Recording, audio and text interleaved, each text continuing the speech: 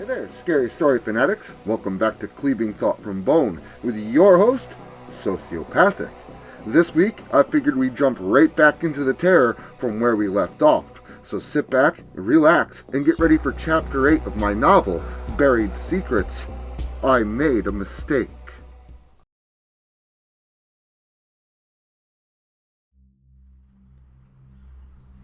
If I'm being honest, I sat out in the dark for a long time, just staring at that building.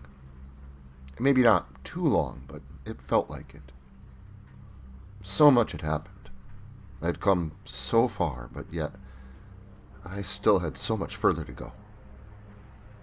I had this odd feeling that somehow, as bad as things had been, as horribly as every plan had gone, that things were about to get a lot worse. I also felt like I was being watched. I knew I wasn't, and even now, looking back, I'm still pretty sure that I wasn't being tailed, but maybe I was and just never realized it. The odd sensation made no sense at all. No one knew where I was going, and I had told no one, though my parents knew that my determination for this matter was great, and I suppose it could have given them some indication as to where I may have gone, but not the exact location, and I had walked here the last few miles, just to be safe. Still, I may not have mentioned the whole truth to my parents, but I did at one point tell them both over dinner that the police had found a bag in the woods that night that Eric ended up in the hospital. They wanted to hear nothing about it, especially my father, but still, I told them nothing about what I saw inside, or anything that would lead either of them to this specific place. My plan was absolutely foolproof, or so I thought. I finally worked up the courage to enter that old building, finally sure that there were no eyes to watch me do so.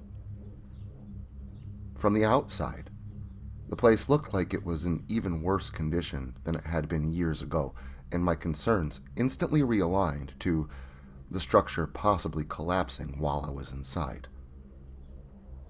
I found 3 old doors that would grant me entrance into the place, one in front, one in back, and one on the west end of the large building. But all 3 doors were locked tight via thick cattle chain and a padlock that I could not pick no matter how much I tried. Next, I decided to try a window, but all were too high for me to scale the wall and climb inside, even if they happened to be unlocked. However, in the back of the place, a few maple trees grew close to the exterior wall, allowing me to climb one high enough to reach out and check the window. It was unlocked. Of course, once I opened it, I threw one leg over the sill, and then the other, before letting go of the tree so I could pull the rest of my body inside. The night was dark, and I had no light currently in my hand, but enough ambient moonlight shone through to illuminate the floor immediately below me. The drop was considerable, about 8 to 10 feet, but there was nothing in the way. The space was completely barren except for a concrete floor. With one final shove, I leapt off the sill and plummeted to the ground. The fall must have only lasted a second or less, but in that split second, an entire series of thoughts raced through my mind, making me wish that I did not jump, or that I was still gripping the edge and able to pull myself back up. But I wasn't. And as my feet collided with the ground, with a loud clomp, I had resigned myself to exploring this place thoroughly, because now I had to find a new way out. I was effectively trapped. However, this feeling of ensnarement was fleeting, for soon my focus was once again realigned. The space was only dimly lit by ambient moonlight and was effectively dark inside. Still, the shadowy shapes that solidified against their pitch backdrop told me much about how the place had held up over the years. Firstly, and most prominent, even with the lack of lighting inside, it was easy to tell that the interior was in far better shape than the exterior. Whoever was sinking money into the place seemingly only cared about the inside. Secondly, the place was full of what seemed to be random equipment and objects, such as a cache of hospital beds, boxes of dusty old fabrics, a few vehicles, some farming equipment, lawnmowers, paint cans, padlocks, and such. It was about as organized as one might expect from any personal storage area or garage, only this place was more like the size of a warehouse, and the accumulation of random refuse was far more diverse. I pulled a flashlight from my backpack and began scanning the large space, unwilling to turn on a light so as to maintain stealth. This is where I discerned many of the objects that I've described. Nothing was making any sense. But this is when I started to think back. I had no real reason for being here, no actual thing or information I expected to uncover. I had lost something here, in this spot, when I was a kid. I found that object in what I assumed to be Jason's bag in the woods by my old house, and that was the only reason I had come all this way. There was no indication that I would discover anything significant here. Only a hunch. And now, I had snuck out of my house, again, for seemingly no reason at all. Maybe my parents were right. Maybe the connections I'd been drawing were really all in my head, and maybe I should listen to them more, and what they said. This moment of self-doubt was about as short-lived as the feeling of being trapped, and that ensnaring feeling rushed back, replacing my doubtful thoughts instantaneously. I shut off the flashlight and began to panic. It was the sound of gravel under tires, and then the sounds of 2 car doors shutting. Someone was here. My heart pumped so hard and so fast that my throat bulged and my eyes watered. I had no idea who was here or if they were going to come inside. I had no real reason at this point to fear being discovered other than for trespassing, but still, an overwhelming feeling of pending doom welled up inside of me until it was all that I could taste in my mouth. My eyes watered, and I froze when I heard the large door at the other end of the room start to jiggle as the bolt was being unlocked. I was so screwed. In my haste, I'd scanned around me, and now, once again, the near pitch black, knowing for sure a torch would give me away. As the tumbler rolled and the chain came off the door, I luckily spied an old drop cloth in front of me, balled up and laying against a wall. Taking a chance, and with no other options, I dove forward out of sight, just as the door creaked open. Hushed voices. Then a snap of brilliant illumination. Someone must have turned the lights on. And then, boots. 1 pair at first, not more than a few feet away from where I lay concealed under a drop cloth. Then eventually, a second set. From the sounds of their voices, it was 2 men. They weren't conversing much, and the little that they were saying was on the topic of money, cars, and women. The only other thing that was discussed was which items they were grabbing. A hospital bed, a few cardboard boxes, and some other random items that I could not see, all being carried out through the now open front doors, presumably placed into a vehicle waiting outside. I don't know what came over me. Looking back, I don't know why I didn't just lay there until they were gone. In actuality, that would have been the more prudent thing to do, but the same inner force that drove me to come this far pushed me to go just a little bit further. The men walked back inside and both passed me, towards the back of the large open space. If there was a time to make my move, this was it. Holding my breath and being extremely careful not to make a single noise, I slipped out from under that dirty old blanket and did a crouched run, stealthily out the front doors into the dark night beyond. There was indeed a vehicle outside waiting for them. It was a large, dark blue van with double cargo doors on the back, both of which were swung wide and hung open. Inside, it was easy to see that although the vehicle was running, there was no one in the driver's seat. A moment later, I could hear the men approaching the door to the building behind me. It was a split-second decision, and I'm still not entirely convinced that I made the right one. But I had only a second to decide, and choosing a course of action, I went for it. There was no turning back now.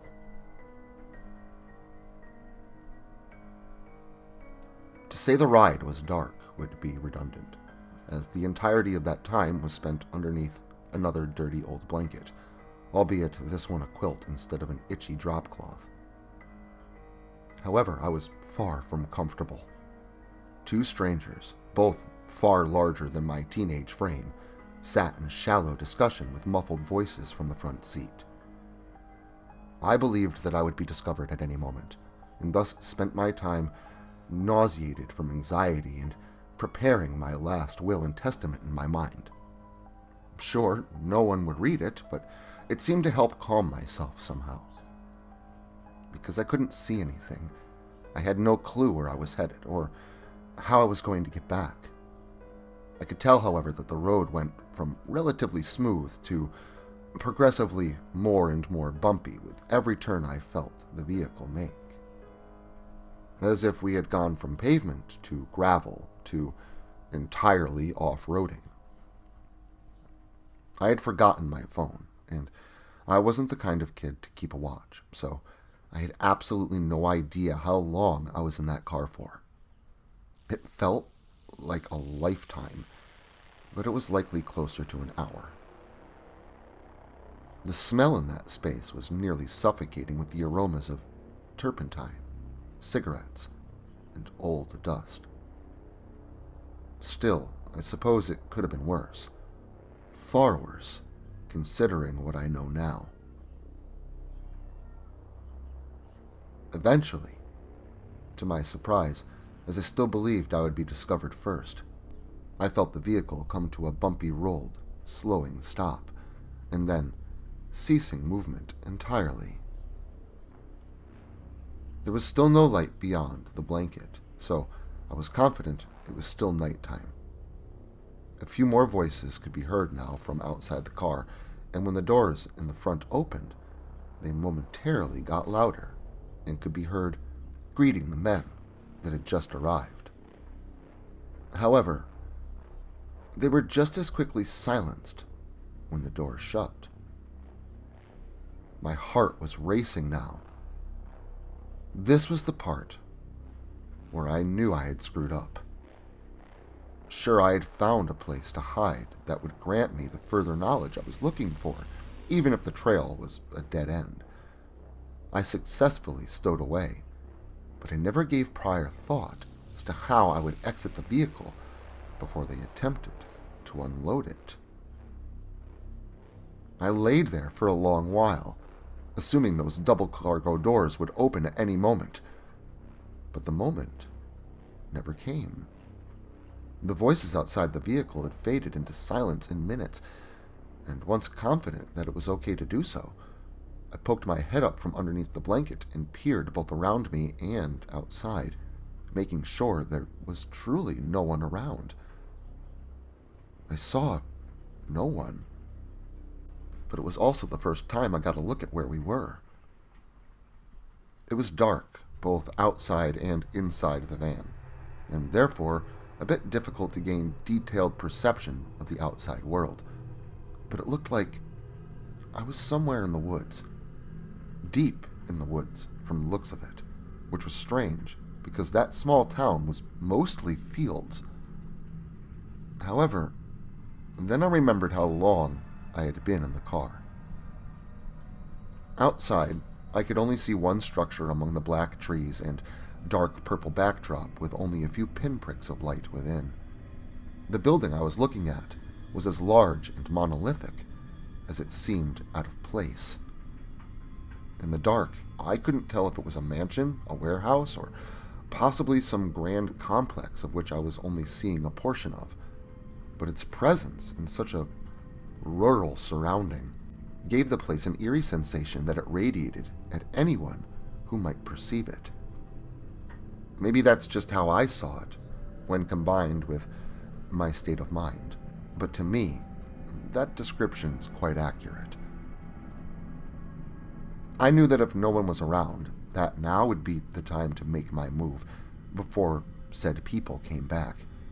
I triple-checked in every direction, making sure that I was truly alone, and slowly, and just as stealthily, I opened the cargo door, crept out, and closed it like a ninja behind me. I took a few steps away from the van and into the shadows, and once I felt safe enough to take a moment for myself, I stopped to take in the sight of the structure once more, now obscured by window glass. The place was a warehouse or factory of sorts, 4 stories tall from what the windows were telling me, and the scattered illumination from a few of them told me that the building was at least partially occupied. The 7 vehicles of random make and model in the lot near the van also told me a rough number of people that I would expect within. This also let me know that if this was some sort of night crew, the daytime population would likely be 2 or 3 times this amount. If I was going to check the place out, there was literally no better time than the present. Increased security, personnel presence, and the revealing nature of daylight would make that task exponentially more difficult, and the chances of me finding my way back here to this place at a later time was a percentage I considered to be too low for me to pass up on this current opportunity. So, reassuring myself that I was alone, still trying to ignore that nagging feeling that had been with me since I set out, I made my first few steps towards the building. And that's when I heard it. At first, I thought it was me that stepped on a twig beneath my foot, breaking it in 2. I even looked down to check, but I saw nothing but grass. That's when I realized that the sound had not come from me or my actions. I only thought it had because it was so close. Someone was behind me. I turned slowly, hoping to be wrong, and my heart sank into my gut when I saw that I wasn't. My breath hitched, and I felt the blood run from my face, leaving me white and paralyzed with shock and fear, tongue held by confusion, 1,000 questions with answers I already knew I didn't want. But I also knew I was about to discover them anyway, whether I wanted to or not. Well, that just goes to show you, one bad decision deserves another until you end up dead. But I hope you end up here next weekend for more gore galore. And until then, make sure to like, share, subscribe, and turn on notifications so I can catch you all again next Saturday.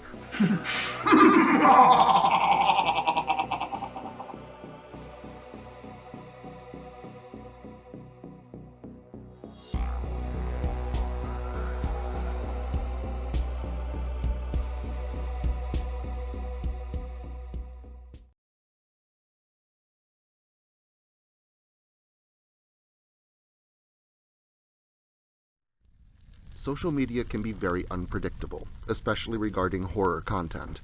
If this content gets removed, all new content will be simultaneously presented on various websites provided in the description to this video. Make sure to follow me in other digital spaces so that you never miss out on the terror. Also, if you like this video, make sure to leave a comment and hit the like button. It helps the channel a lot.